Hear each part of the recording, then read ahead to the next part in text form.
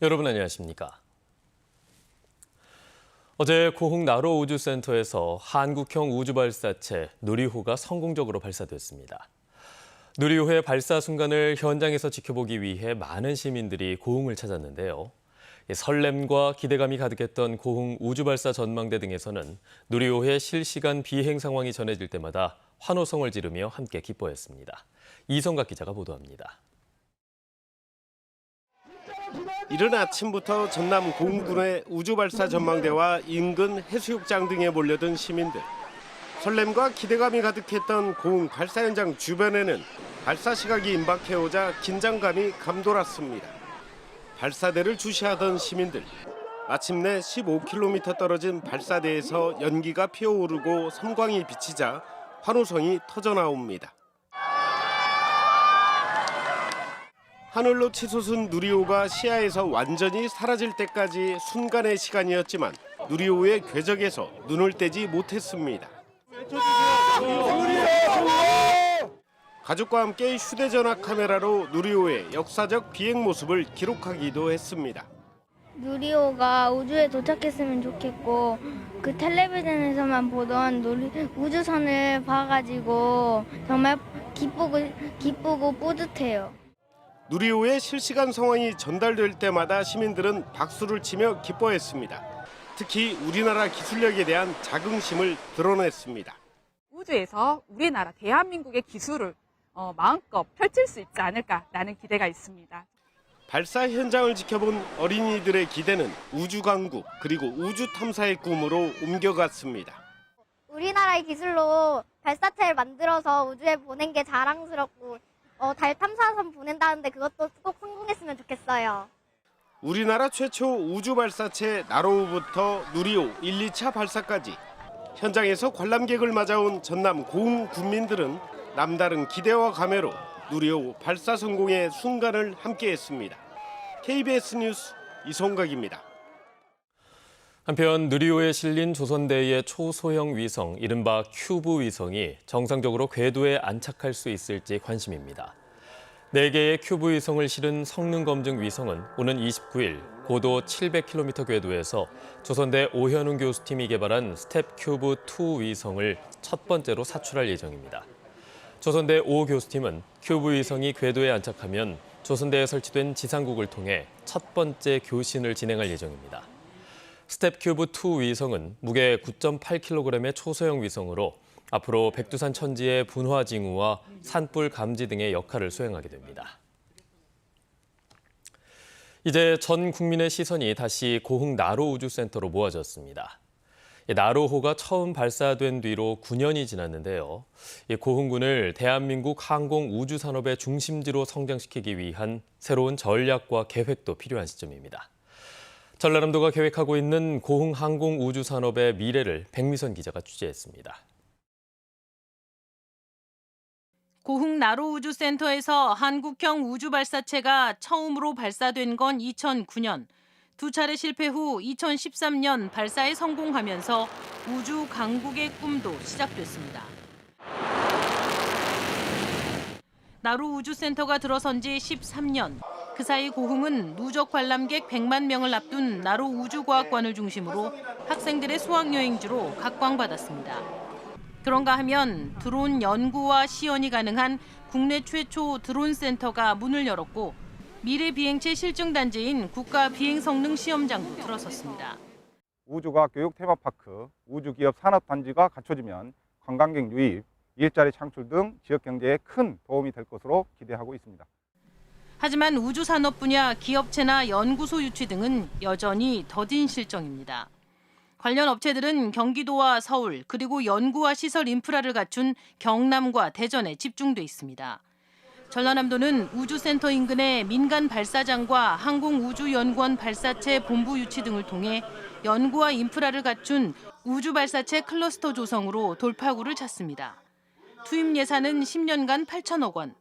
2031년까지 공공부문 발사 계획만 40여 회로 한 해 4차례가 넘고 2030년 이후 민간 부문이 폭발적으로 증가할 것으로 예상되면서 우주발사체 시장도 급성장할 것으로 예상되기 때문입니다. 발사체 클러스터 지정과 함께 거기에 기업들을 지원할 수 있는 연소 시험장이라든가 종합 시험 시설들을 집중적으로 차질 없이 추진할 계획입니다. 발사체 발사 장소라는 상징성을 넘어 항공우주 산업을 미래 산업으로 키우기 위한 전라남도의 발걸음도 빨라지고 있습니다. KBS 뉴스 백미선입니다. 네, 다음 소식입니다. 광주시의회 전직 보좌관이 시의원을 최저임금법 위반 혐의 등으로 고소하면서 지방의원 보좌관 제도의 문제점이 다시 부각되고 있습니다. 지방자치법 개정으로 올해부터는 의정활동을 지원하는 전문 인력의 채용 근거는 마련이 됐습니다. 그러나 정원을 의원 수의 절반으로 제한해서 현실성이 떨어진다는 지적이 나오고 있습니다. 보도에 최혜진 기자입니다. 박미정 시의원을 최저임금법 위반 혐의 등으로 고소한 전직 보좌관 A씨가 직접 기자회견에 나섰습니다. 민주당과 시의회, 국회의원 보좌관까지 알고 있었지만 해결되지 않았고 박 의원은 문제를 덮으려고 했다고 주장했습니다. 공금으로 운영되는 사설 보좌관 제도를 악용했습니다. 도리어 피해자를 파렴치 안으로 몰아간다면 이제 의회에서든 당에서든 나서서 정리하셔야지요. A씨가 맡은 일은 지방의원의 의정활동을 지원하는 이른바 사설 보좌관 역할입니다. 광주시의원은 23명, 의원을 보좌하는 시간선택제 임기제 공무원 수가 10여 명에 불과하자 시의원들이 돈을 걷어서 부족한 보좌 인력을 채용해왔습니다. 정식 직제에 없는 불안정한 고용계약 관계이다 보니 노동관계법 위반 논란까지 불거진 겁니다. 이 같은 부작용을 막기 위해서 행정안전부가 올해부터 의정활동 지원 제도를 도입했습니다. 지방자치법을 개정해 의정활동을 지원하는 정책지원관을 채용할 수 있도록 했습니다. 그러면서 기존 방식인 임기제 공무원의 의정활동 지원과 사설 보좌관 채용을 모두 금지했습니다. 문제는 정책지원관 정원이 의원 정수의 절반에 불과하다는 겁니다. 정책지원관 1명이 시의원 2명을 보좌해야 합니다. 광주시의회의 경우 올해는 5명만 채용이 가능해서 초선 의원이 많은 9대 의회가 출범하는 올 하반기에 정책지원관 1명이 의원 4명 이상을 보좌해야 합니다. 구의원 활동을 안 하신 초선들이 좀 많아요. 사실은 가장 핵심적인 예산을 보는 그 시간의 집중이나 이런 걸 고려했을 때 보좌관의 도움이 없이는 정말 힘든. 국회의원들은 보좌 직원을 8명까지 둘 수 있습니다. 지방의회 의원들의 의정활동 강화를 위한 보다 현실적인 대안 마련이 필요하다는 목소리가 높아지고 있습니다. KBS 뉴스 최진입니다.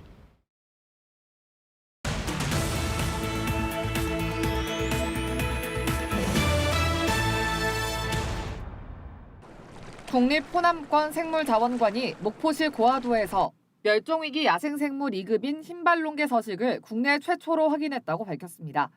흰발롱개는 우리나라 서남해안 연안습지에 많이 서식했지만 갯벌 매립 등 해안가 개발로 서식지가 훼손되며 환경부 멸종위기 야생생물 2급으로 관리되고 있습니다. 광주 동구가 오는 10월에 개최하는 버스킹 세계경연대회가 문화체육관광부 지역특화 국제이벤트 공모사업에 선정됐습니다.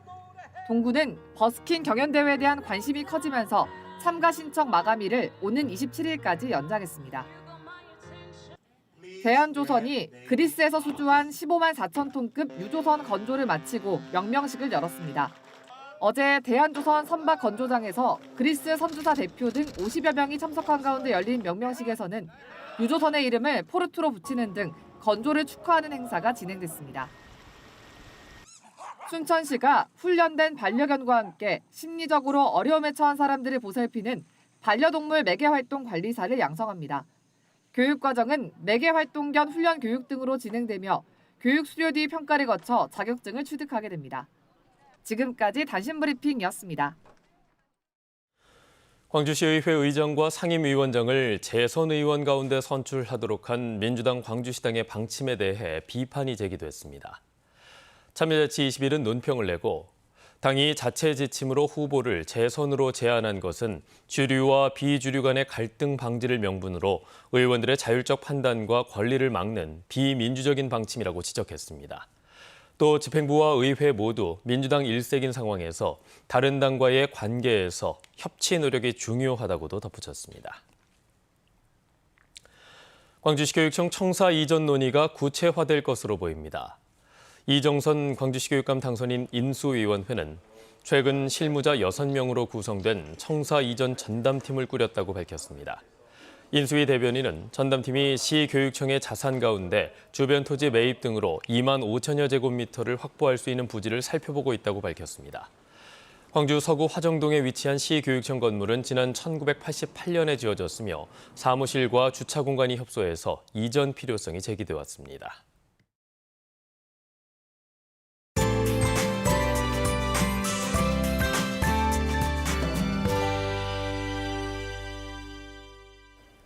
후텁지근한 날씨가 이어지면서 곳곳에는 폭염특보가 발효 중입니다. 오늘 한낮 기온이 어제보다는 1에서 3도가량 낮겠지만 높은 습도에 체감온도는 33도를 넘는 곳들이 많겠습니다. 낮 시간대 야외 활동은 되도록 피하시는 게 좋겠습니다. 전남 동부내륙 지역은 오늘 오후에 최대 40mm의 소나기가 내리겠는데요. 소나기의 특성상 연속적으로 내리지는 않겠지만 내리는 동안에는 강하고 또 천둥, 번개를 동반할 수도 있겠습니다. 내일부터는 본격적으로 장맛비가 내리겠습니다. 아침에 비가 시작이 되겠고요. 금요일 늦은 오후에 잠시 그치겠지만 토요일 아침에 다시 내리겠습니다. 우선 내일까지 예상 강우량은 20에서 80mm인데요. 시간당 20mm 이상의 강한 비가 내릴 수 있어서 대비하셔야겠습니다. 다음은 자세한 지역별 날씨입니다. 오늘 대체로 맑겠고요. 아침 기온과 낮 기온 모두 어제와 비슷하거나 1에서 3도가량 낮겠습니다. 광주가 22도에서 시작해 한낮 기온 33도가 예상됩니다. 곡성과 구례의 낮 최고 기온 34도로 어제만큼 덥겠습니다. 목포의 낮 최고 기온 28도, 영암 32도, 해남과 완도 30도까지 오르겠고요. 실안을 비롯한 도서 지역은 25도에서 28도가 예상됩니다. 바다의 물결은 남해서부 먼바다에서 최고 2.5m로 다소 높겠고 특히 서해남부 해상에 안개가 짙게 끼어 있습니다.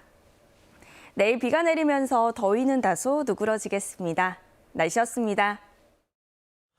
뉴스를 마칩니다. 여러분 고맙습니다.